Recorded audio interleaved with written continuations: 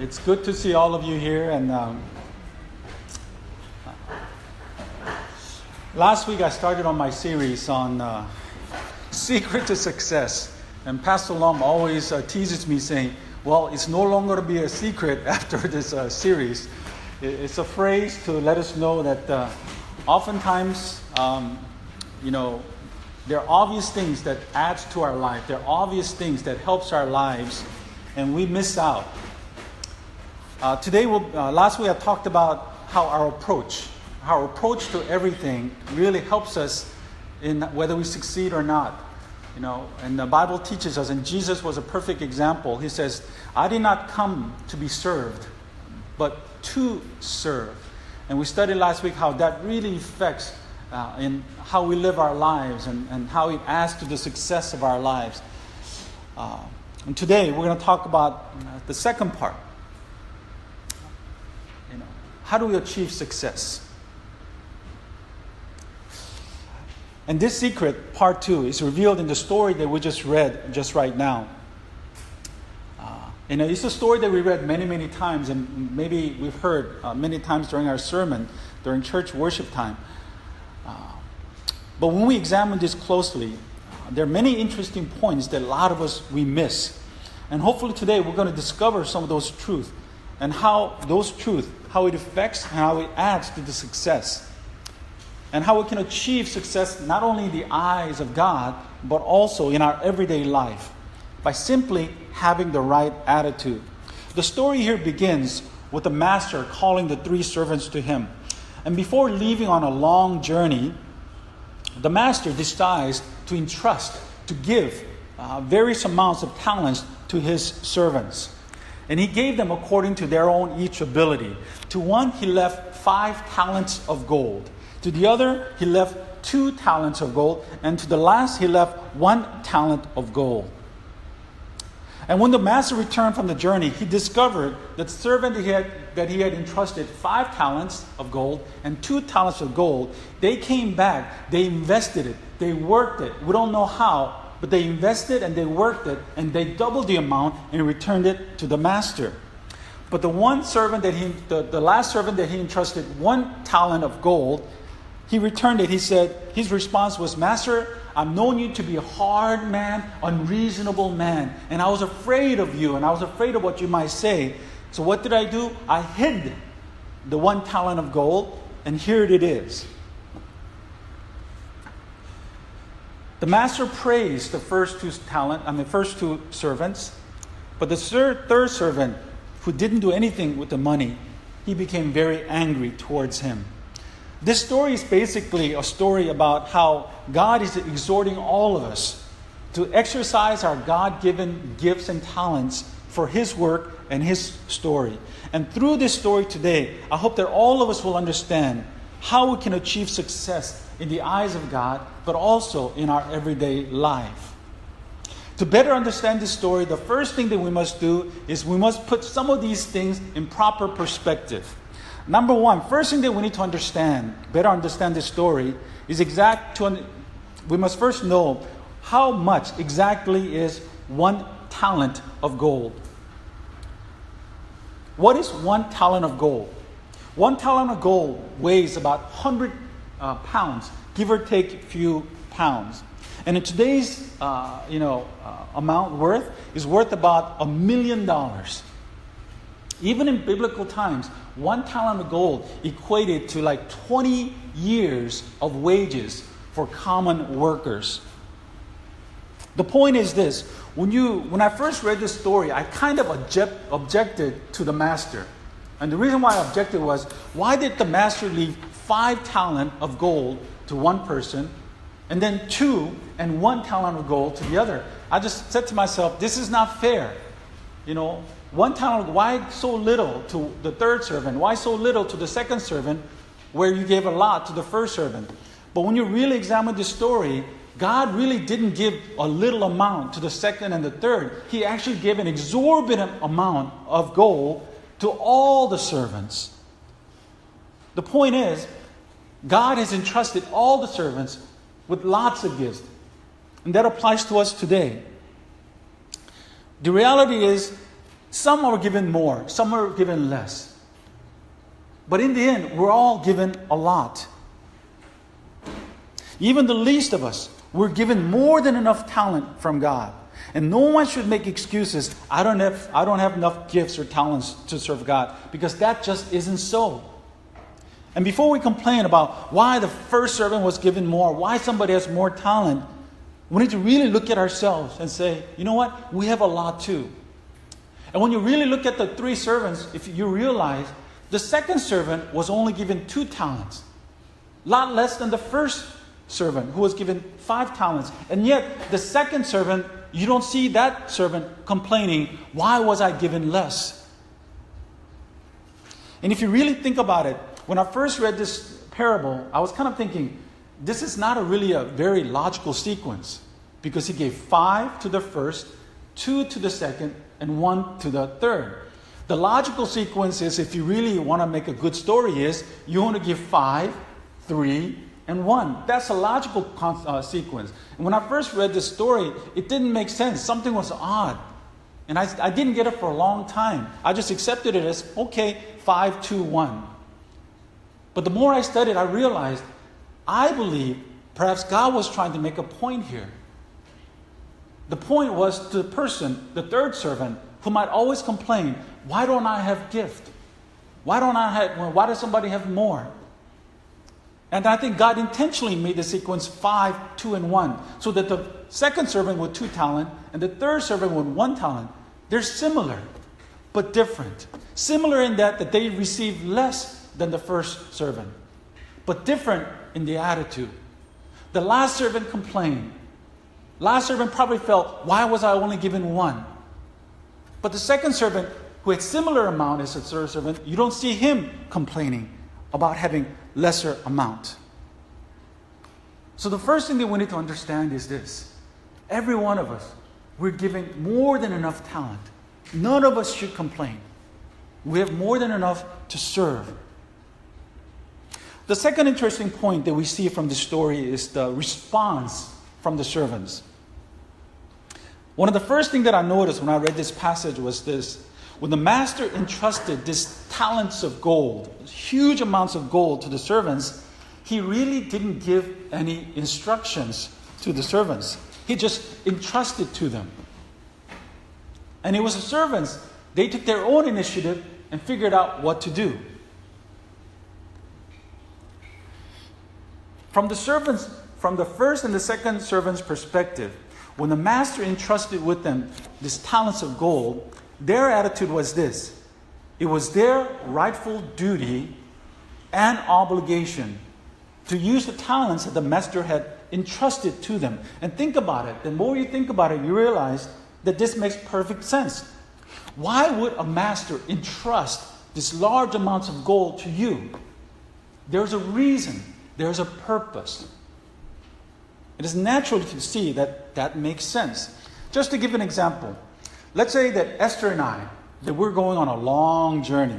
And before going on our journey, I entrust my Nissan Rogue to my son William, who's a pretty good driver. Not there yet, but he's getting there.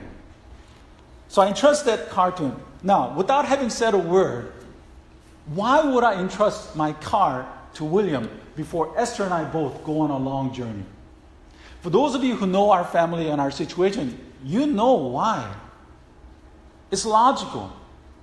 I entrusted my car to him. Why? So that while Esther and I are gone, William can use the car to go to school, go to work, go to church, give his younger sister a ride to school. It goes without saying. The Bible says, as much is given, much is required. There's a reason why I would entrust that car to him. And then several months later, I come back. Esther and I would come back home. And what do we discover? William not only faithfully used my car to go to school, go to work, go to church, give his sister a ride to school, but more than that, he also took time to wash the car.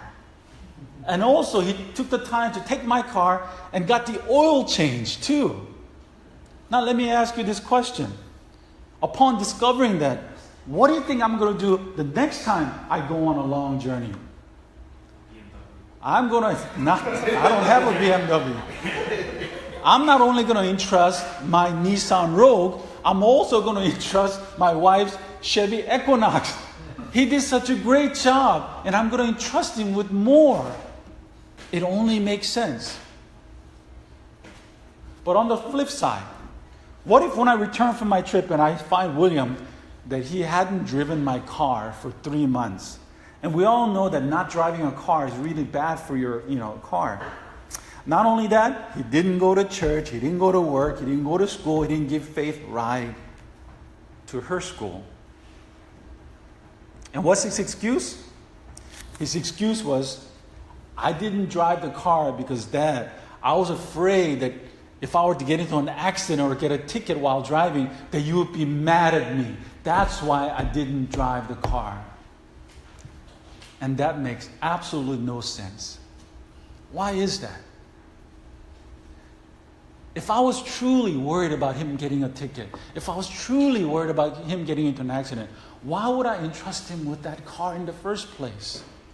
The reason why I would entrust him with my car is because I trusted him to use the car and do the right thing.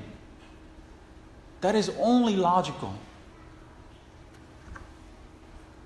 Only thing that William was doing, if you were to say that, is he's just simply making excuses for his laziness. So next time, what will I do if William were to have done that? Next time I go on a journey, I will not entrust my car to William. What will I do? I will entrust it to Faith. I will take that Nissan Rogue and I will give it to Faith.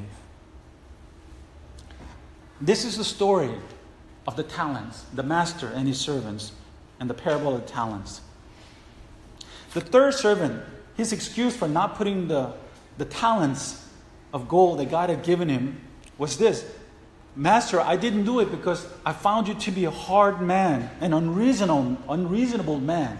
Again, this just simply doesn't make sense.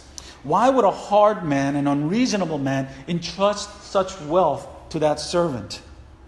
And why is it that the first servant and the second servant didn't feel the same way as the third servant?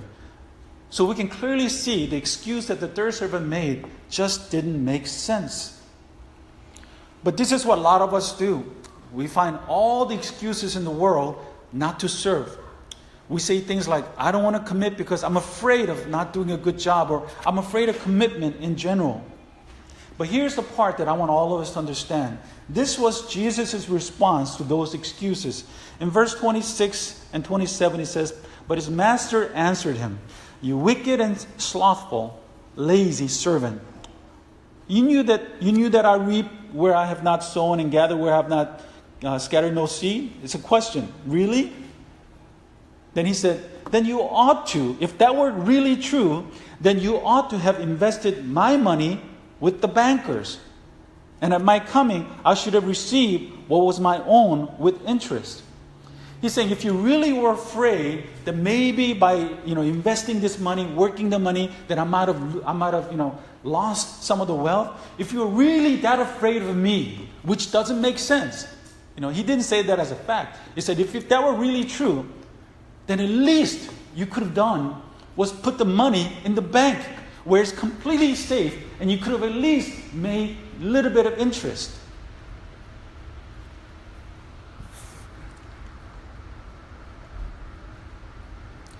What Jesus is saying is this: with all the excuses in the world, there's still something everyone can do if they simply look to serve. Putting money into bank is the least he could have done, at least. And that's something for all of us. There's no one here that should make excuses as to why not to serve. There's something that everyone can do if we truly want to serve. If we want to serve, every one of us can come to church a little bit early, help set up the stage, turn on the AC, fold the bulletin, make coffee, vacuum the back, clean the bathroom toilet, and so on. That's something that many of us just do right now. Any one of us can stay a little bit late. We can take out the trash, throw it away, pick up the bulletins and clean the chapel. Bring in the sign that's sitting outside. Turn off the AC and lock the door as you leave. Those are not major things. Those are the least thing that every one of us can do, at least. If we can't even do that for God, then why is it that we expect God to bless us? It just simply doesn't make sense. Every one of us, we can do something. But to me, this part that I'm about to share is the most important. It's more important than the previous points that I just shared. When we serve, we must serve as if we're serving God, and that it is an honor to serve God. To be of help in God's work is a tremendous honor. And this is a very, very important part. I remember when I first became a Christian at the age of 21, and I began to serve, and I just remember one day as I was going to church, I began to cry. And the reason why I began to cry was I just couldn't believe that God would use somebody like me. For those of you that know my story, before I became a Christian, I did so many stupid things. And for me, to serve God through the church, to receive praise and encouragement from other members of the church, to be acknowledged, for me, I just felt like it was undeserving. Because for me, it was just an honor, just simply to serve God. In my opinion, the fact that we don't see serving God as an honor is really the root of the problem. When we're serving God, we're not doing God a favor. When we're serving church, we're not doing God a favor. On the contrary, it is an honor and a privilege to be used by God. And unless we realize that fact, we will never grow as a Christian, and we will never live in the blessings of God. Look at verse 21, 29 and 30. Verse 21 says, his master said to him, well done, good and faithful servant. You have been faithful over a little. I will set you over much. Enter into the joy of your master. When we are faithful to the little things, God said He will give us success by giving us much responsibility. And we will experience the joy of the master. Verse 28, 29 and 30. For to everyone who has will more be given, and he will have an abundance. But from the one who has not, even what he has will be taken away, and cast the worthless servant into the outer darkness. In that place there will be weeping and gnashing of the teeth. The Bible gives a simple principle of success. When we're faithful to the little, when we're faithful to God, more will be given to us. More responsibility, more blessing. This is the reason why I ask you guys to serve. Believe it or not, I'm not trying to, manipulate you guys, to make you work. It really isn't. When I ask people to serve, I do it because I want you all to grow in God and receive the blessings of God. And let me just say this, but if you were to make excuses and decline my invitation to serve, one thing that you'll realize, you will never see me ask you again to serve. Now, I'm not being hard or mean or stubborn. And the reason for that is this. Now, you can serve again. If you come and approach me and say, Pastor, I would like to serve. But you will not see me asking you again to serve if you have declined. The reason being is simply this. I will never cheapen God and His church by begging His people to serve Him. Because I know deep down in my heart, serving is an honor. And I will never take away the perspective from you by begging you to serve and cheapening His work. For those of you who are basketball fans, anybody basketball fans? 1, 2, just 2, 3? Really? That's it? You're not a basketball fan, Johnny? You are? Then why didn't you raise your hand? You lazy, slothful servant. For those of you who are basketball servant, if Michael Jordan came to you and said, do you want to be my shooting partner? Will you say, oh no, Why are you using me? Why are you using me? Why are you trying to take advantage of me?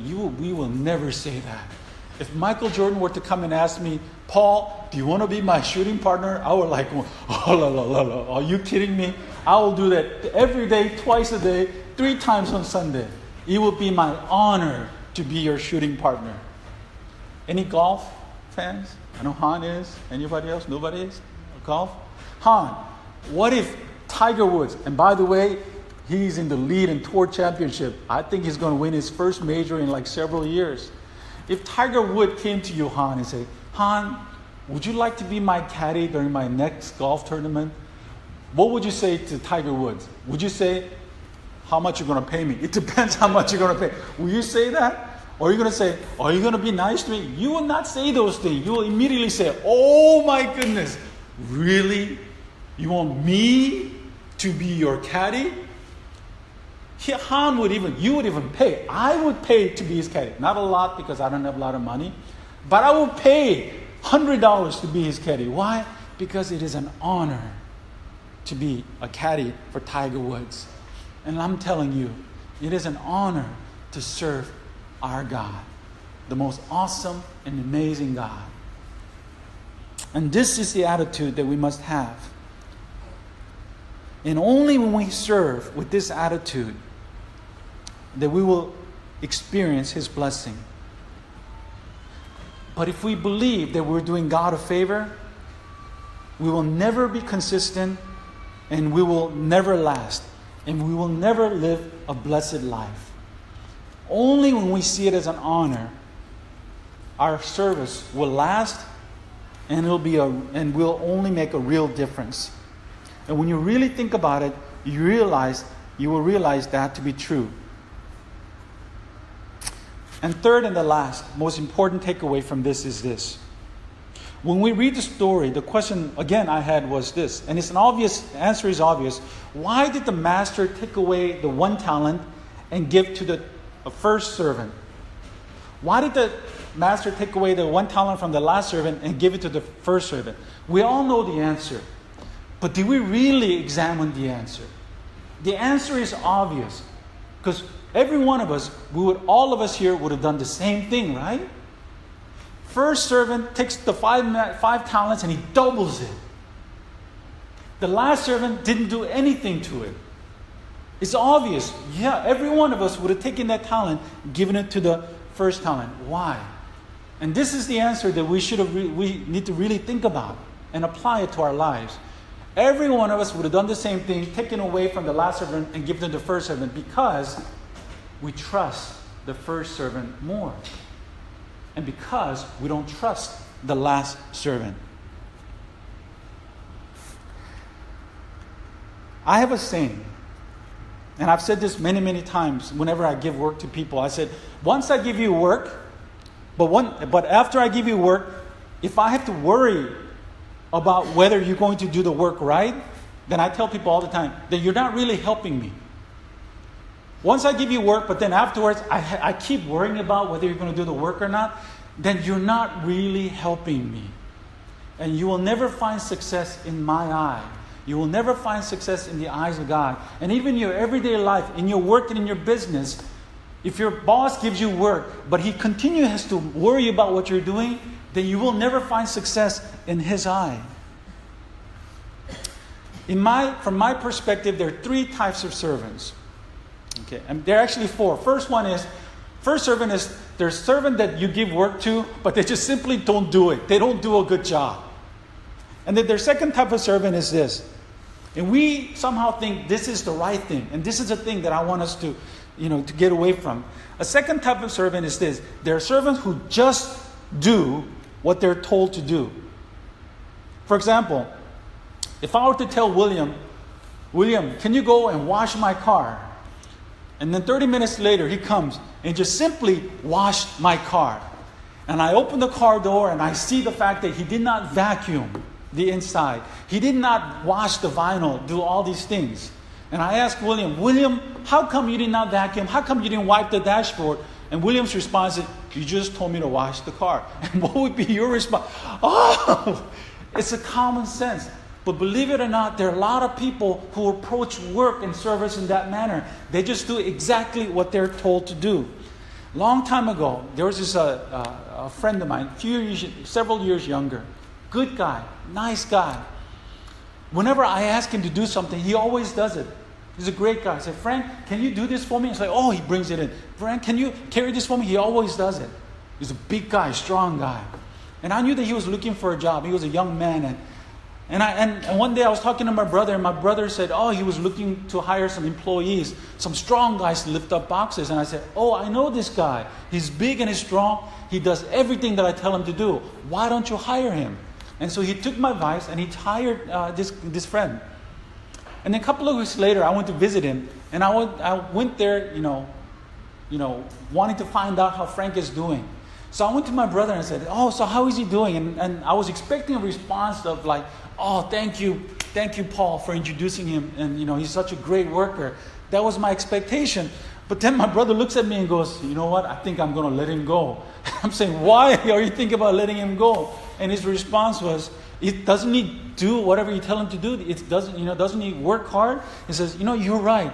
You're absolutely right. He does everything I tell him to do, but he only does what I tell him to do.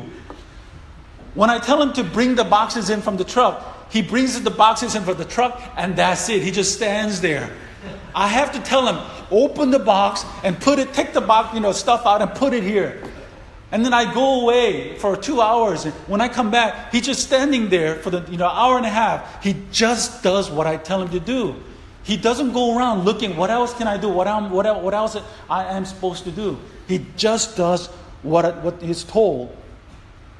And basically he says, he's not helping me because I have to constantly be around him, following him around, telling him what to do.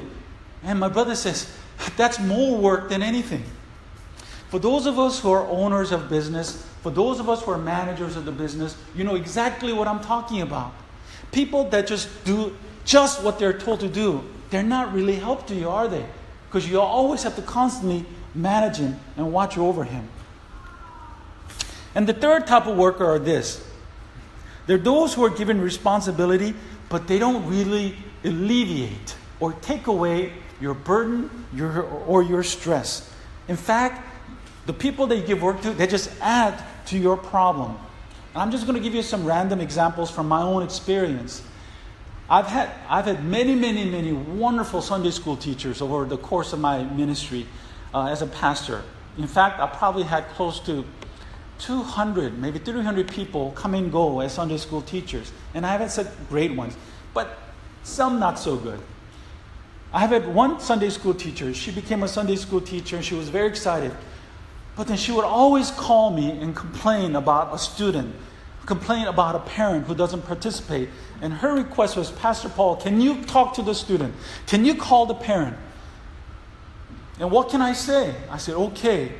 But in my mind, I'm like, you know what? You're giving me more headache than helping me. You're not helping me. You're giving me more headache. Because I expected you to do those things. But instead, you're giving me more headache. There was another teacher. And she did this several times. Every Saturday night, many Saturday nights and many Sunday morning, she would call me and Pastor Paul, I can't teach today. I'm not feeling well. I'm going out of town. She had all these excuses in the world why she can't come. And in the end, I would scramble Sunday morning trying to find a replacement. And many times I had to take her class. Instead of helping me, she gave me more stress. I had another teacher one time, we had an event, we had a lock-in, and I asked her, and I'm sorry it's all female, but it's just coincidence, by the way. I would ask her, say, can you be in charge of the games during the lock-in? And she said, oh, great. And because she was actually a PE teacher and she was great at those things. But in the course of the week, she would constantly call me and say, Pastor Paul, can you go check and see if we have this equipment? Pastor Paul, can we make sure that this room will be open? Pastor Paul, can you come? Can you check this? Can you check that? And if we don't have it, her response is, can you buy it for me? And my response is, oh, you're not helping me. In fact, you're giving me more work. These people will never find success. Not in my eye, not in God's eye, and not in any business or corporate settings. Why? Because instead of helping, they're giving more work, more stress, and more headache. And again, for those of you who are, I saw several of you laughing and grinning because you know exactly what I'm talking about and you agree. In closing, I want to share with you what an image of a true servant, people that will find success in any setting, what they're like. The people that find success are the people, when given work, they take full responsibility. They take ownership of what they're doing. In fact, they do even better than my expectation. And there have been many, many people, and I just want to give 2 examples of people, and again, these are the people that immediately stuck out to me. There are many, many people, and if I may. Some of you know this guy. First person I want to share, his name is Eugene Byun. You know exactly who I'm talking about. In youth ministry, it's important that we don't just do a lot of church programs, but we like to do fun programs. Why? Because they're kids. So once a year, I would throw a basketball tournament, inter-church basketball tournament. And I remember I gave Eugene, one year I decided to give Eugene the responsibility of organizing it.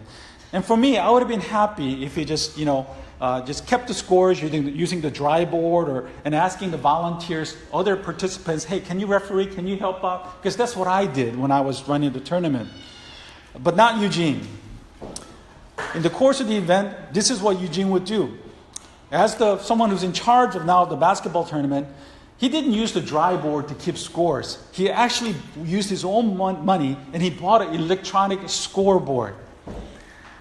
And he actually had a brother named Fred who lived some out of state. I forgot which state, but he's actually a certified referee. And he actually called his brother, Fred, can you come over this weekend?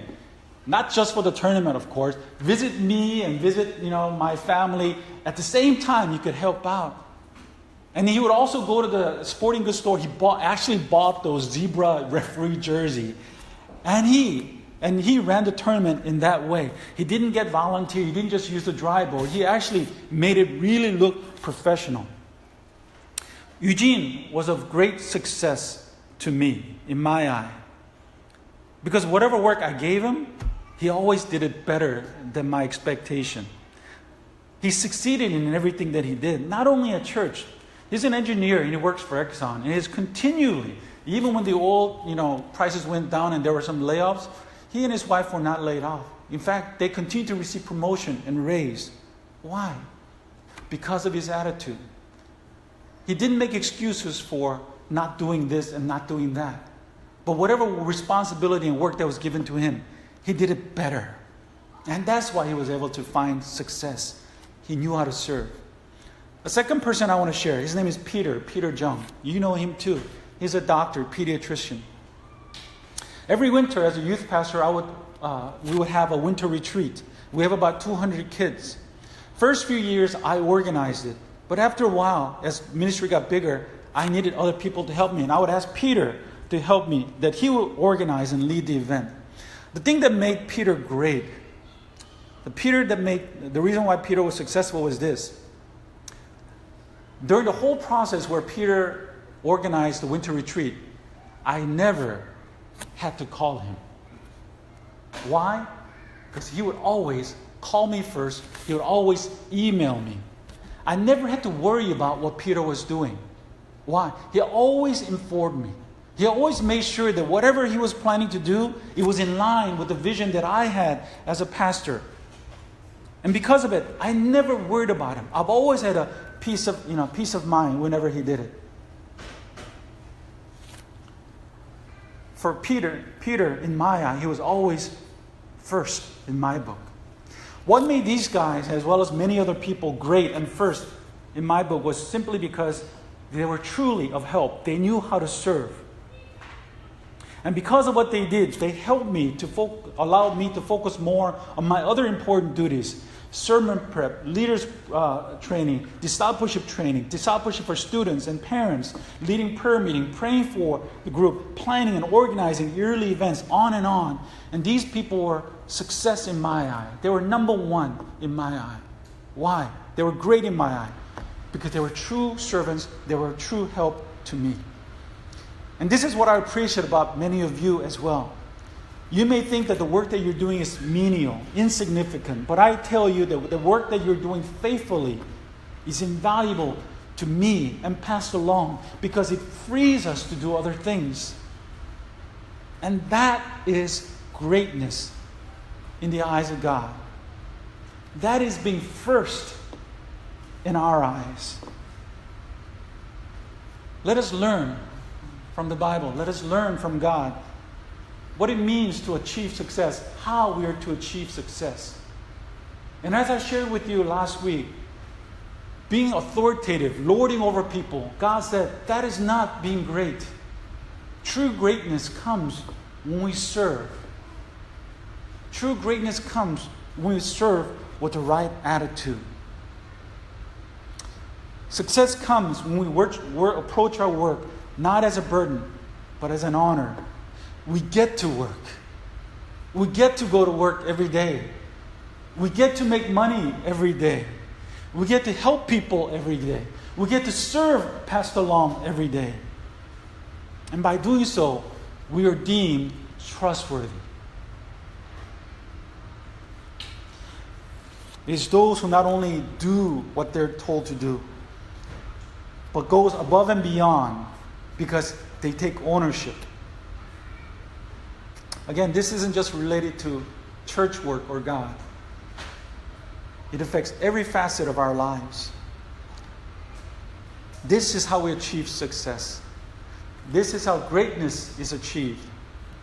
And this is what it means to be first in the eye of God. What is the secret to success? It's being a true servant. Let us pray.